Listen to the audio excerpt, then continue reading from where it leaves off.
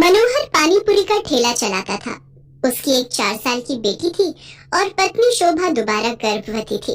मनोहर का परिवार बढ़ रहा था। इसी चिंता में वो ज्यादा मेहनत करता था। सुबह जल्दी उठकर पानी पूरी बनाने की सारी तैयारी करके मनोहर जल्दी ही काम पर निकल जाता था और शाम तक ठेले पर पानी पूरी बेचता था।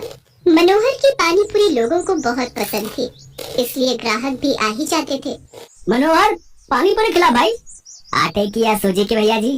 दोनों तरह की खिला दे। है भाई, तेरी पानी पूरी खाने में इतनी स्वादिष्ट होती है कि मजा आ जाता है भाई। हाँ मनोहर भैया, 40 रुपए की पानी पूरी पैक कर देना। पानी थोड़ा ज्यादा कर देना। अभी कर देता हूँ। आने जाने वाले लोगों की नजर मनोहर के ठेले पर पड़ी जाती थी और पानी पूरी तो एक ऐसी चीज है जिसे देखकर मुंह में पानी आ ही जाता है। इसलिए लोग उसके ठेले पर रुककर पानी पूरी खाते और आगे बढ़ते। पर कुछ दिनों से मनोहर के ठेले पर भीड़ आनी कम हो गई थी, क्योंकि मानसून आ गया था और रोजाना ही तेज बारिश आ जाती थी। इसलिए लोग सड़क पर कम रुकते थे। बिक्री पर असर होने से मनोहर की रोजी रोटी पर भी असर पड़ा था। ये लो, रोटी खा लो। शुभा, क्या बात है? चिंता में दिखाई दे रही हो। पूजा कहाँ है? दिखाई नहीं दे रही। वो पड़ोस वाली माला के घर खेलने गई है। वो शरद बाबू आए थे, मकान का किराया मांग रहे थे। बोल रहे थे 15 दिन ऊपर हो गए हैं, उन्हें अगले हफ्ते तक किराया चाहिए, नहीं तो हमें ये घर खाली करना पड़ेगा। उन्हें हमसे ज्यादा किराया देने वाले किराएदार मिल रहे हैं। अरे तू चिंता मत कर। इस हालत में तू चिंता करेगी तो बच्चे पर भी असर पड़ेगा। मैं शरद जी को कल बोल दूंगा, वो मुझे कुछ दिन की मोहलत और दे देंगे। मनोहर शोभा को तसल्ली दे देता है, पर वो खुद ही बहुत परेशान था, क्योंकि उसी शाम जब वो काम से लौट रहा था तो लोगों में बारिश और तूफान को लेकर चर्चा बनी हुई थी। अरे मनोहर, तुमने सुना क्या? मौसम विभाग का कहना है कि अगले 4 दिनों तक भीषण तूफान और बारिश का संकेत है भैया। सड़कों पर पानी भरा रहेगा, इसलिए हम सब ने तो सोचा है कि कुछ दिन घर से ही ना निकले। तुम ठीक कह रहे भैया, 2-4 दिन अब घर पर ही रहेंगे। वैसे भी मेरी अच्छी खासी बिक्री हो जाती है, पर डर भी तो है बारिश में अगर बाढ़ आ गई तो सड़कों पर पानी भर गया तो है, घर नहीं लौट पाए तो। मैं तो सोचकर ही घबरा रहा हूँ भैया। चलो भाई चलो, समय से घर चलते हैं भैया। मनोहर उस शाम को हुई इस बात के बारे में सोच सोच कर करवट बदल रहा था।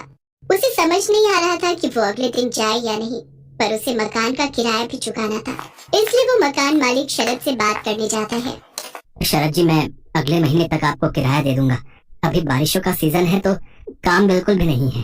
देख मनोहर, मैंने घर किराए पर देने से पहले ही ये शर्त रखी थी कि मुझे किराया समय पर चाहिए, पर तू हर बार ही किराया लेट कर देता है। अब मैं और देर नहीं कर सकता।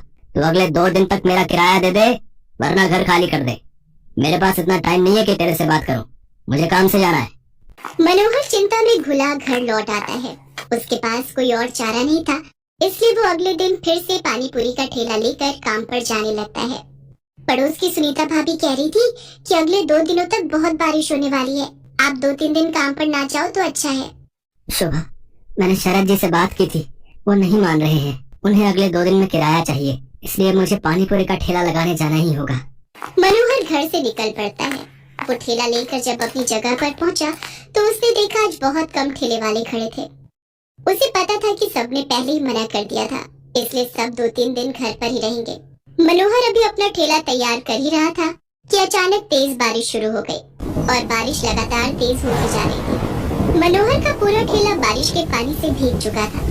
उसका बहुत नुकसान हो गया था। हे भगवान, कितना नुकसान हो गया। सोचा था आज थोड़ी कमाई हो जाएगी तो किराए के थोड़े पैसे देकर शरद जी को संभाल लूंगा, पर अब क्या करूं? आज तो एक पाई की भी कमाई नहीं हुई। अब तो वापस घर जाने के सिवा कोई रास्ता नहीं। घर ही चला जाता हूँ। बारिश का पानी सड़कों पर भर रहा है, अगर कुछ देर और रुका तो यहीं फंस जाऊंगा। मनोहर अपने ठेले को अभी लेकर जा ही रहा था कि अचानक से गाड़ी तेजी से आती है और सड़क पर फिसलती हुई एक पेड़ से टकरा जाती है। अचानक हुए ऐसे हादसे से मनोहर दंग रह जाता है। वो देखता है कि गाड़ी एक महिला चला रही थी और बराबर में उसके एक छोटी बच्ची बैठी हुई थी। महिला की ज्यादा चोट आई थी और वो बेहोश हो गई थी। बच्ची को खरोंचे आई थी और वो दर्द से रो रही थी। मनोहर उनके पास जाता है और रोती हुई बच्ची को गोद में उठा लेता है। लोग उसका साथ देने से मना कर देते हैं। हे भगवान, न जाने ये कौन है। चुप हो जा बेटिया, इसके तो हाथ पर चोट आई है। अगर इन्हें कुछ ही देर में अस्पताल नहीं ले गए तो अनर्थ हो जाएगा। ए भैया, जरा ऑटो रोको। ए भैया, आओ भैया, जरा गाड़ी रोको। कोई रोक ही नहीं रहा, कोई भी मदद करने को तैयार नहीं हो रहा है। मैं इन दोनों को इस हालत में यहाँ मरने के लिए नहीं छोड़ सकता। मेरी आत्मा इसके लिए कभी हाँ नहीं कहेगी। अब मैं क्या करूँ? अब तो एक ही रास्ता बचा है। मनोहर को कुछ समझ नहीं आ रहा था। उस महिला की हालत गंभीर होती जा रही थी, उसके खून बह रहा था। मनोहर जल्दी से अपने ठेले का सामान उतारता है और बड़ी मुश्किल से उस औरत को अपने ठेले पर लिटाता है और बच्ची को भी साथ में ठेले पर बिठाकर बारिश में भीगता हुआ बड़ी मुश्किल से एक अस्पताल में पहुंचता है। उसे इस हालत में देखकर अस्पताल के डॉक्टर और नर्स जल्दी से उस महिला को एडमिट करते हैं। मनोहर उस रोती हुई बच्ची को संभाल रहा था। बच्ची के हाथ में चोट थी। मनोहर ने अपने मोबाइल से अपनी पत्नी शोभा को भी फोन कर दिया था ताकि वो परेशान ना हो। कुछ घंटों बाद महिला को होश आता है। वो अपने पति को फोन मिलाती है। कुछ देर बाद उसका पति हॉस्पिटल पहुंचता है और अपनी पत्नी और बच्चे की हालत देखकर घबरा जाता है। डॉक्टर, सुषमा कैसी है? ये सब क्या हो गया? सुषमा, मुझे तो लगा था तुम अपनी मम्मी के घर पहुंच चुकी होगी। रोहित, मैं घर से निकली थी तो बारिश नहीं थी। मैंने सोचा आराम से पहुंच जाऊंगी, पर अचानक पता नहीं क्या हुआ, मैं गाड़ी संभाल नहीं पाई। कीचड़ में वो फिसलती चली गई और उसके बाद तो मुझे होश ही नहीं था। रोहित, ये भैया बहुत अच्छे हैं। आज इन्होंने मेरी और स्वाति की जान बचाई है। आपकी वाइफ ठीक कह रही है, आज की दुनिया में ऐसी मदद कोई नहीं करता। हमने अपनी आंखों से देखा था। ये भैया बारिश में अपने ठेले पर आपकी पत्नी और बच्ची को हॉस्पिटल लेकर आए थे। मैं आपका एहसान किस तरह से चुकाऊंगा?